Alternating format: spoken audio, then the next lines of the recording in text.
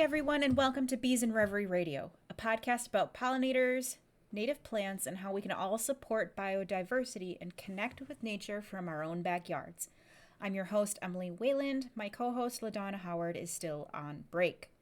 So today we're going to talk about fireflies, their role in the ecosystem as pollinators, and what we can do to help them, because like all pollinators and insects, they're in a little bit of trouble.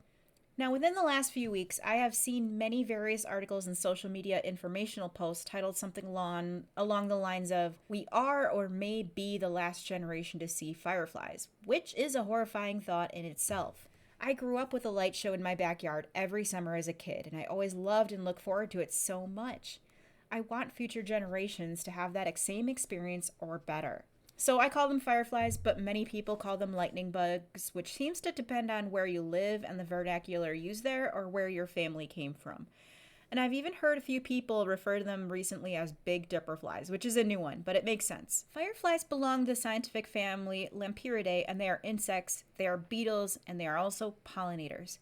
There are around 2,000 species of fireflies worldwide, but the most common species of firefly in North America is the eastern common firefly, or Photinus puralis. That's the scientific name. The common names of firefly and lightning bug come from this insect's ability to emit bioluminescent light from their abdomens at dusk, which if you're observing on a summer night, it's usually males emitting light in order to attract females. Not always, but that's mostly what they're doing when they're out at night, causing that amazing light show that we all love to witness. Now, common eastern fireflies are found in a variety of habitats, ranging from temperate to tropical environments. Some natural habitats of these fireflies include meadows, fields, wetlands, desert, canyons, and dense forests. And while they can successfully thrive in all of these areas, they require moisture to survive at all life stages. They are especially drawn to areas with damp soil and long grasses to better conceal females and their offspring. Now, most insect life cycles are pretty similar to what we've studied in terms of like butterflies and moths. There are different phases and metamorphoses that they go through, but I do want to do a quick overview on what that's like for fireflies because knowledge is power, and the more we know about something, the more we are able to understand them and what they need out of the environment. So like butterflies and moths, they go through 4 life stages and pretty much all insects go through that. But like butterflies, fireflies go through an egg phase, larval phase, pupa phase, and of course the adult phase. So after mating, female fireflies will lay their eggs in moist areas on the ground, and they are especially partial to doing so with leaf litter or mulch to help conceal the eggs. After hatching, the larvae will then leave the leaf litter and go underground. And what's pretty interesting about this is that fireflies spend most of their time as larvae. They will develop underground while eating things like slugs, worms, and snails.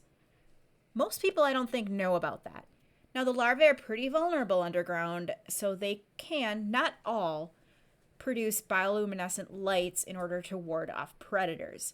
They're often called glowworms for this reason, so if you're digging around in the soil and you come across one, they will often emit light. Sometimes it can take 2 years for firefly larvae to grow and develop prior to pupating, but typically they spend 2 months as a larva doing what they need to do prior to pupation. And once that firefly is in pupa, it is at least 1 to 3 weeks before it ecloses or emerges as an adult. After that, the adult fireflies live 2 weeks and up to 2 months long, but I would say somewhere in the middle of that is the average. And they use that time to use their light, attract a mate, and start the cycle all over again. So while fireflies are in trouble, they are not eligible for anything like the Endangered Species Act protections like monarchs are. Their conservation status, as classified by the International Union for the Conservation of Nature, is categorized as least concern.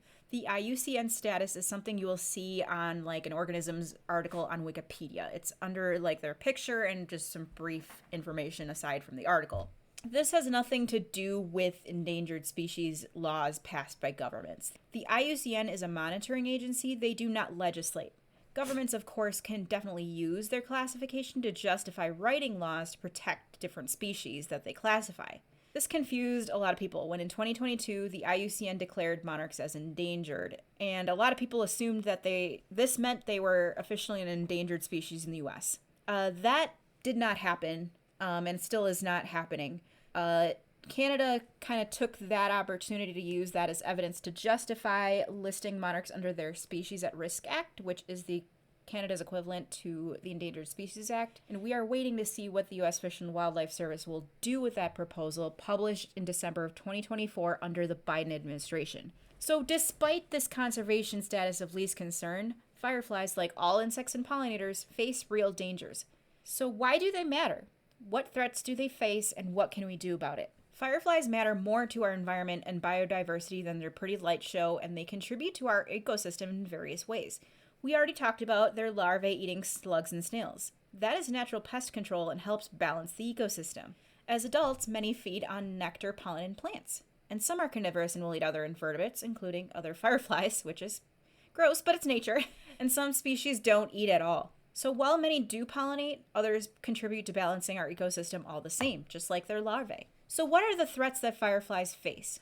One of them is light pollution. If lights are left on, any light the fireflies emit will not be able to be seen by potential mates, and therefore they'll reproduce less.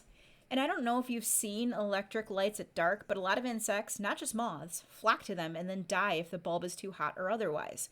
Fireflies will also do this. It confuses them and disrupts their patterns and nighttime signals and habits. Another one is climate change. The effects of climate change that increase severe weather are able to change the landscape. Drought caused by heat will cause drier soil conditions, and that's not conducive to their habitats or meals for their larvae underground. Flooding, same thing. They like moist habitats, but not waterlogged ones. If they did, they'd just evolve to be fish or water bugs. They'd drown too much in water. And of course, those kind of environments will not be ideal for them to reproduce and lay eggs. They are also very vulnerable to insecticides and pesticides. Pesticides sprayed by humans to maintain ideal landscaping or control pests will harm other insects. So even if you're just harming mosquitoes, you're going to harm butterflies, bees, fireflies, everything else in your yard. Do you treat your lawn? Well, surface sprays will go down into the soil, killing not just grubs, snails, and slugs. It will kill the firefly larvae too. When we create a living ecosystem, it can take care of itself. So if you're so worried about grubs and slugs, you could just help create an environment for fireflies so that they balance that out. And like I said before, if you're spraying pesticides, it kills more than mosquitoes. So consider other methods for mosquitoes. So please consider other alternatives to controlling pest insects like mosquitoes. Homegrown National Park has been doing a summer-long mosquito dunk bucket campaign that works very well. You can usually put different plants out that help deter them, obviously spray yourself, and just make sure you don't have standing water around your property. There are so many things you can do without spraying toxic chemicals. And of course, another reason for their decline is loss of habitat. Through development and building done by humans, we destroy their habitat. We wreck their ability to thrive and repopulate. This is true for all insects and wildlife in North America for the most part at this point in time. So what can we do about it? I got this list from Homegrown National Park because they have been doing a lot of advocacy about fireflies lately, but a lot of these are what we've already talked about on the show. So obviously, this one goes without saying. We talk about it on the podcast all the time. It's what the podcast is about. But plant native. Native wildflowers, grasses, trees, and shrubs offer food and shelter for fireflies and their prey. Plants like asters and goldenrod support diverse insect life, making your yard a better place for many species. Dim the lights. Keep outdoor lights low and switch to warm yellow bulbs. Bright white LEDs are especially disruptive to fireflies' nighttime communication. Turn lights off when you don't need them, and use motion sensors so lights only come on when necessary, and point lamps downward to reduce light spilling into the sky and nearby habitat. Reduce pesticide use. Consider skipping chemical treatments on lawns and gardens. Pesticides, often meant for pests, often harm fireflies and other insects they rely on for food. Stop fogging mosquitoes. Mosquito fogging doesn't just kill mosquitoes, as I mentioned before. It is deadly for fireflies and many other beneficial insects. Instead, try the mosquito bucket challenge that I mentioned earlier. It's a safer mosquito control method that targets larvae without harming other wildlife, your pets, and kids. Now, you hear this more in the fall, but leave the leaves. So leave some leaf litter so that firefly larvae can live in moist soil and the leaf litter. Leaving natural mulch or fallen leaves creates habitat for the next generation of fireflies.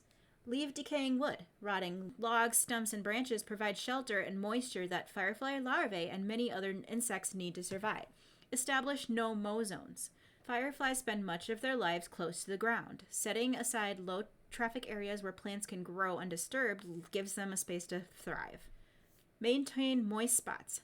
As mentioned earlier when we were talking about the life cycle, fireflies often lay their eggs in damp places. A small water feature or natural wet area helps keep your yard firefly friendly. And you can do water features that won't attract mosquitoes either. Like you can have a bird bath with a fountain in it or something like that to keep the water running. Or you can run a sprinkler, do what you need to do so that moisture does get into that habitat. So while fireflies face challenges, it is important to remember that we do not have to be the last generation to see them.